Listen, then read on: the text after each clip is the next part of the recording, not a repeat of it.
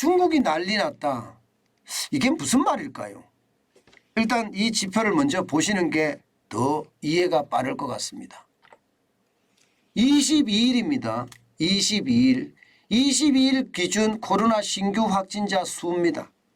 이게 중국 국가위생관리위원회가 발표한 겁니다. 28,883명입니다. 그런데 이게 무슨 중국이 난리 난 거냐? 이 숫자가 말입니다.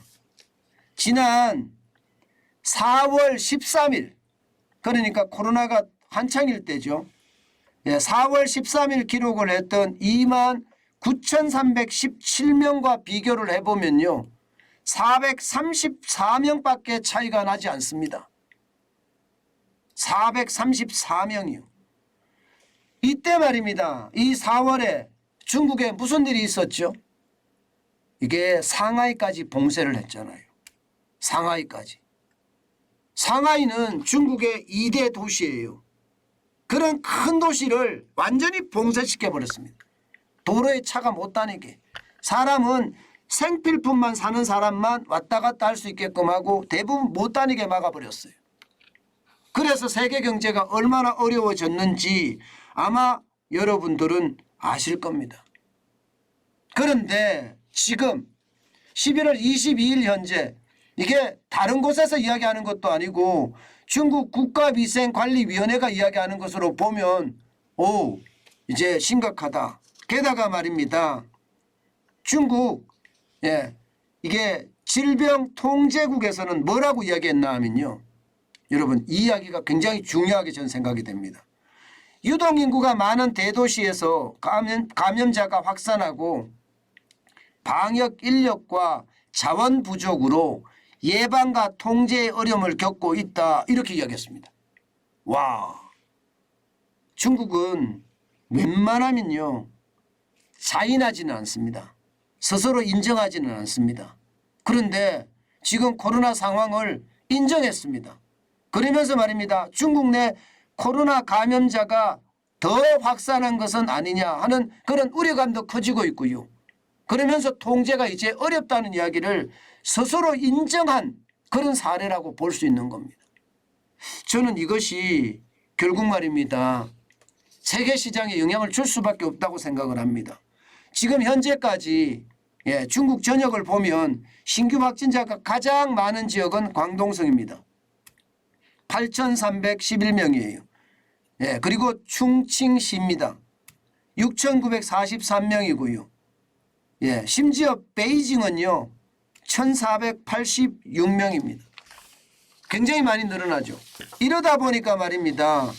이게 중국이 다시 이게 제로 코로나 정책으로 돌아갈 수밖에 없습니다. 왜냐고요? 여러분 알다시피 중국의 의료시설은 극단적으로 부족합니다. 그리고 열악합니다. 다 좋은 게 아니거든요. 대도시 중심으로는 뭐 우리보다 좋은 의료시설을 갖춘 데도 있겠지만 대부분은 열악하거든요.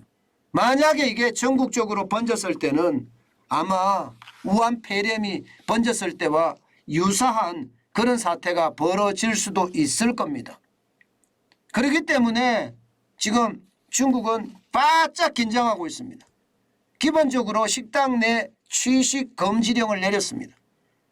식당 내 취식 금지령을 베이징에서만 내렸습니다. 이게 내렸다고 이야기하면 어떻게 될까요? PC방이니 사우나니 헬스클럽이니 영화관 아무것도 못 가는 거예요. 게다가 24일 오늘부터입니다. 오늘부터 48시간 이내에 PCR 검사를 받아서 음성증명서가 소지한 사람만 회사나 상점을 출입할 수 있습니다. 그러면 여러분 48시간 이내예요. 48시간 이내. 지나면 어떻게 돼요? 또 안 된다는 이야기예요. 그러니 시장의 어떤 위험성은 굉장히 커지고요. 심지어 말입니다. 앞서 말씀드린 광저우는 제일 많이 나온다고 했잖아요.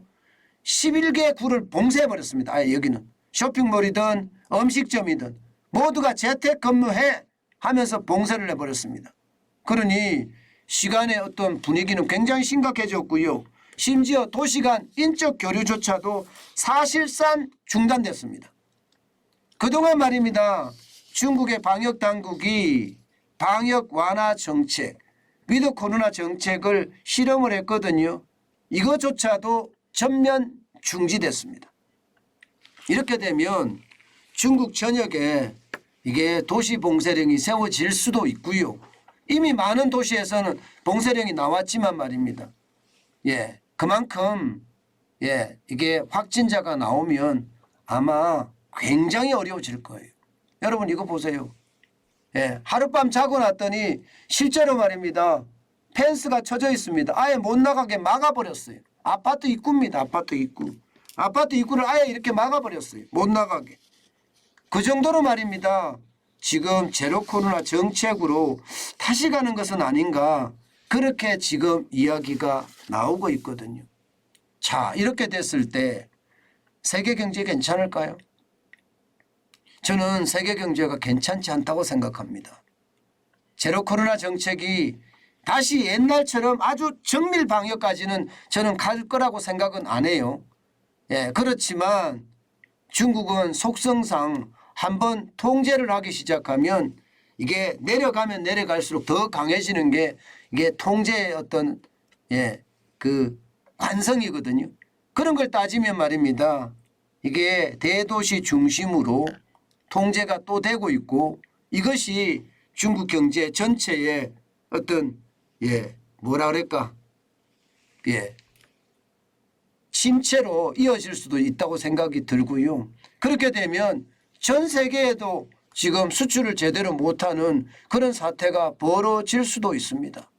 그러면 세계 공장이라고 하는 아직까지는 중국이 세계 공장이라고 하니까 여기에 대한 충격이 저는 커질 거라고 생각이 들고요. 그렇게 됐을 때 우리는 어떻게 될까요? 대한민국은 안 그래도 대중 수출이 지금 형편없습니다. 올해 1월부터 10월까지 11월까지 보면 무역 수지가 19억 2,300만 달러입니다. 플러스가 19억 2,300만 달러밖에 안 됩니다. 일반적으로 대중 무역 수지가 적어도 말입니다. 200억 달러, 300억 달러는 돼야죠. 지금 200억 달러, 300억 달러는 고사하고 계속 적자하고 이대로 가다가는요. 이거 10억 달러 이하로 내려갈 수도 있겠어요. 10억 달러 이하로. 자칫 잘못하면요. 올해 대중 수출이 10억 달러 이하 단자리로 내려가는 무역 수지가 그런 사태까지 벌어질 수도 있습니다. 그러면 그만큼 말입니다. 우리 경제에는 어마어마한 치명타 줄 거예요. 세계 경제가 좋아져야지 중국도 수출을 많이 하는데 그렇지 못하는 것도 있고요. 중국 스스로가 어려워져서 수출을 못하는 사태까지 벌어지고요. 그러면 우리는 지금 적자 투성인 나라잖아요. 지금 수출이. 계속 적자 심지어 지난 8월에는 역대 최대 94억 달러까지 적자가 났을 정도거든요. 그러면 중국이 통제가 어렵다고 이야기하고 아파트까지 자고 나고 일어나면 봉쇄를 하는 그런 상황이라면 저는 결국 말입니다. 대한민국 경제에도 굉장히 큰 영향을 미치지 않겠느냐 저는 그런 생각해 봅니다. 물론 앞으로 조금 더 지켜봐야 되겠죠. 조금 더 지켜봐야 될. 과거처럼 베이징을 만약에 봉쇄한다. 상하이 봉쇄했던 것처럼 그렇게 봉쇄가 만약에 간다면 와 생각했던 것보다가 이게 경제에 대한 충격의 어떤 크기는 저는 굉장히 커질 수도 있다고 생각합니다. 사실 이게 커지면 커질수록 두렵죠. 우리에게는요. 우크라이나 러시아 전쟁보다가 중국의 어떤 상황이 우리 경제에는 더 치명상을 입히기 때문입니다. 그만큼 우리가 중국 의존도가 높아요. 사실 중국에 수출하는 거 전체 수출액 중에 거의 한 30% 가까이 중국으로 들어가거든요. 직접 수출이 한 23%에서 25% 정도 되고요. 홍콩을 통한 우회 수출이 한 5% 전후가 됩니다. 그러니 중국이 지금 무너지면 우리는 위기가 닥친다. 그런 이야기 많이 하잖아요. 중국 감기 들면 우리는 알아눕는다 하잖아요. 그런 사태가 벌어질 가능성 굉장히 커졌습니다. 여기에다가 우리 내수의 위축, 화물연대의 파업 이런 것까지 겹쳤을 때 우리 경제 괜찮을까? 제가 늘 여러분에게 말씀을 드리지만 미국 경제 상황과 한국 경제의 상황을 이제 분리해서 생각해야 된다. 미국 경제가 좋아지면 우리 경제도 좋아진다. 이렇게 단순하게 생각해서는 안 된다. 그 말씀 다시 한번 드립니다.